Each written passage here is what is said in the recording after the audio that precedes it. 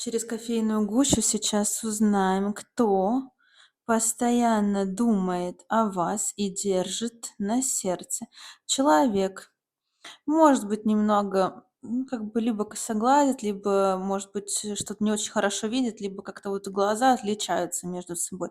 Этот человек постоянно думает о вас, не уверен в себе, на душе как некий такой вот тревожный камень. Потому что если прийти, надо перед вами как-то извиниться, либо сделать шаг навстречу, но думает постоянно. Хотя есть все шансы и возможности выйти на общение, на разговор с вами. Но внешне вот либо стыдится, либо как-то щурится, жмурится, да, вот некомфортно себя чувствует, потому что нет уверенности в себе, а думает о вас постоянно. И причем, что образ человека, который думает, и сердце у этого человека полное тепла. И, конечно же, мне хочется сказать, если даст шанс, возможность наконец-то не просто, да, там наблюдать, а поговорить, то будет очень интересный разговор и связь.